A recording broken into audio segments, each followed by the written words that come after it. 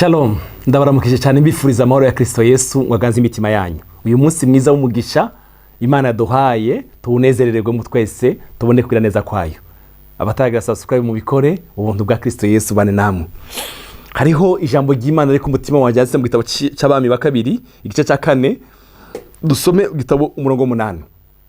Harimo inkuru nziza nakunze y'umudamu nshaka kubasangiza. Umurongo 8 aravuga ngo umunsi w'izina Elisa ja Shunemu kandi hariho umugore umutunzikazi aramugobera ngo amuzimane maze uhereye ico gihe yaciyaho yamajayo akamuzimana. Uyu mugore yari afite ibanga ryiza cyane ryo kwita ku mukozi w'Imana. Bukeye nyamugore abarira umugabo wiwe ati mbona uyu muntu ko ari uwera kandi ari umuntu w'Imana. Enda tumubakire akumba hejuru ku nzu tumushiriremo uburiri n'imeza n'intebe n'itara maze yaje ko turamutsa azahore araraho. Uyu mugore yagize icyumviro cyiza. Yagize icyumviro cyiza cyane. Umunsi w'izina araza aja muri ako kumba araraho. Abarira umuntu w'Gehazi ati mpamagarira uwo mugore w'umunyoni Shunemu. Amaze kumuhamagara aramwitaba. Abarira Gehazi ati umubarire uti ko wamwitwararise bene uku none yo gukorera iki ko wakoze neza nkiyi uniki yo gukorera. Reka ndakwifurize Imana yibuke neza yawe. Imana yibuke ineza yawe. Imana yibuke ineza yawe ikuremera ishimwe warutegereje imyaka myinshi. Ineza maze igihe kirekire ukora. Imana ikuremera ineza uburyo n'abandi bazaririmba ishimwe ku bwawe. Elisa aramubaza se ko wangiriye neza bene uku nje kukuvugira ibwami ndakuvugira ku basirikare bakuru. Aramwishura ati oyaye nzokwigumira ngahi wacu. Maze Elisa barira ati none twomukorera iki kubw'ino neza yatugiriye. Elisa niki twomukorera uyu mama ko yatumfashe neza twomukorera iki? Gehazi aramwishura ati erega nta mwana agira kandi umugabo we yarashaje. Aramubwira ati haleluya Imana yibuka ineza yawe. Gehazi aramubwira ngo nta mwana afise. Okay, ndabonye icyo tumuha. Aramubwira ngo muhamagare. Aramubwira ati muhamagare. Amaze kumuhamagara araza ahagarara mwitangaza ry'umuryango. Elisa aramubarira ati umwaka ugeze aho uyugeze uzobukikiye umwana w'umuhungu. Nawe aramwishura ati sigaho nyabona sigaho muntu w'Imana reka kumpenda jewe umusavye wawe. Uyu mugore nta cyizere na gito cy'umwana yarafise, ariko hari ikintu yarafise neza yakoze. Naho ataragifise icyizero cy'umwana, naho ataragifite icyizero ko yoronka umwana, ariko hari ikintu yakoze, hariho ineza yakoze. Iyo neza yamuremeye umwana mu gihe nyirubwite nyina w'umwana ataragifite ibyizigiro byiwe. Hanyuma uwo mugore asaminda ijambo ry'Imwami ry'Imana. Haleluya. Elisa amaze kuva aho hantu, hanyuma uwo mugore nyuma yo kuvuga yuko umugabo yarashaje barakuze nta mwana, ariko nyuma y'iryo jambo hanyuma uwo mugore asaminda abyara umwana w'umuhungu. Cyagihe nyine Elisa yamubwira gishitse. Uwo mwana amaze gukura umunsi w'izina aragenda asanga se iyo bagenya. Urumva uwo mwana arakura ageze imyaka nk'umunani ngo asanga ise mu mirima. Abarira se ati umutwe uranyishe. Munyumvirize ikintu gikomeye hano hantu. Yarakoze neza, Imana iramwishura, umwana arakuze akwije nk'imyaka 8 n'umwana mwiza cyane abanezerewe abavye umwana wo mutama. Wasanze ise mu murima aravuga ngo umutwe urandiye.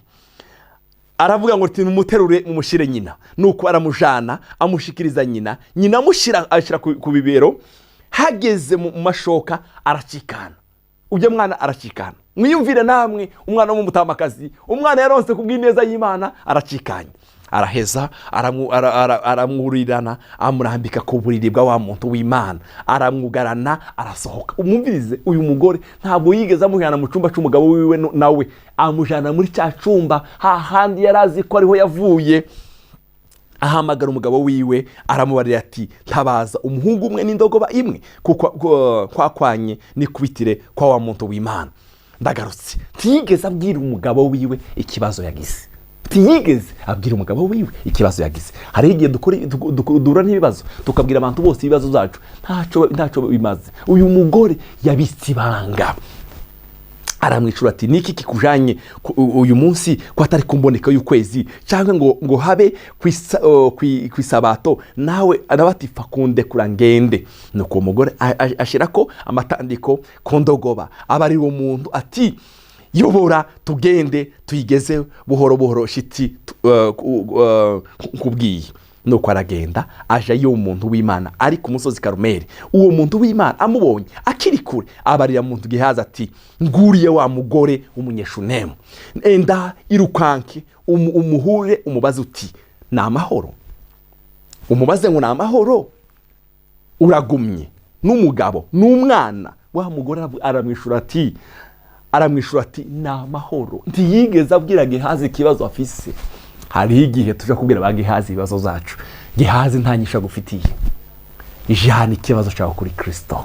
Reka kubwira ba Gehazi ibibazo byawe byari zose. Elisa yabwiye Gehazi ngwirukanka ngiye inkoni yanje ugenda urambike kuri uwo mwana. Wa mugore abwira Elisa sinjana na Gehazi. Uri mu kujana na Gehazi ngo kakumarira iki? Sinjana na Gehazi, jana nawe. Kandi Gehazi yari kwasega ari kwangashitse akubita ya nkoni hejuru y'uwo muntu nta kintu na kimwe cyabaye. Murongo 27 baravuga ngo ashitseyo aho ashisaho nyene kuri uwo musozi uwo muntu w'Imana ari kumufata amufata kubirenge. Gehazi aramwegera, wa mugore aje umva aramushikiriye. Gehazi yashatse nko kumusunika aramwanga uyu mudamu ari kintu cyabaye. Aramubwira ngo ese hari umwana nigeze ndagusaba? Nti sinakubujije uranga umwana yapfuye. Genda mujana na Gehazi. Sinjana na Gehazi, ndajana nawe. Haleluya, amen. Elisa barajana na nyina w'umwana ngo ashitse ngo murambarara hejuru inshuro ndwi. Umwana arashuha ngo yova abaye muzima, aramururukana ngo muheza nyina. Haleluya. Uyu mugore hari ineza yamuhaye ibintu bibiri. Ineza yamuhaye umwana w'umuhungu mu butamakazi. Ineza yamuzuriye umwana. Haleluya. Iyi neza yakoze yamuzuriye uyu mwana w'umuhungu. Ndakwifurije gukora ineza. Mu buzima bwawe ukora ineza. Iyo neza izakubyarira cya kibazo cyawe cyananiranye. Ineza yawe izocishura. Ineza yawe izacishura. Cya kintu gisa n'igipfuye, ineza yawe izakizura kibe kizima. Gusa wirinde ba Gehazi. Wirinde kubwira ba Gehazi amakuru yawe. Wirinde ba Gehazi. Ujana amakuru yawe kuri Kristo. Yesu aguhezagire. Turagushimiye Kristo Yesu, ni wowe wenyine tugomba kujana ibyacu byose. Haleluya. Hari muri mvuga ngo bibwire Yesu niwe mukunzi wacu. Ni wowe mukunzi wacu, ni wowe dufise mwami. Icubahiro kibicawe. Urakoze kutugirira neza. Mu izina rya Kristo Yesu. Ineza y'umuntu wese wakoze kuri anumviriza uyimwiture uyimuhere mu mugisha abantu. Mu izina rya Yesu. Amen.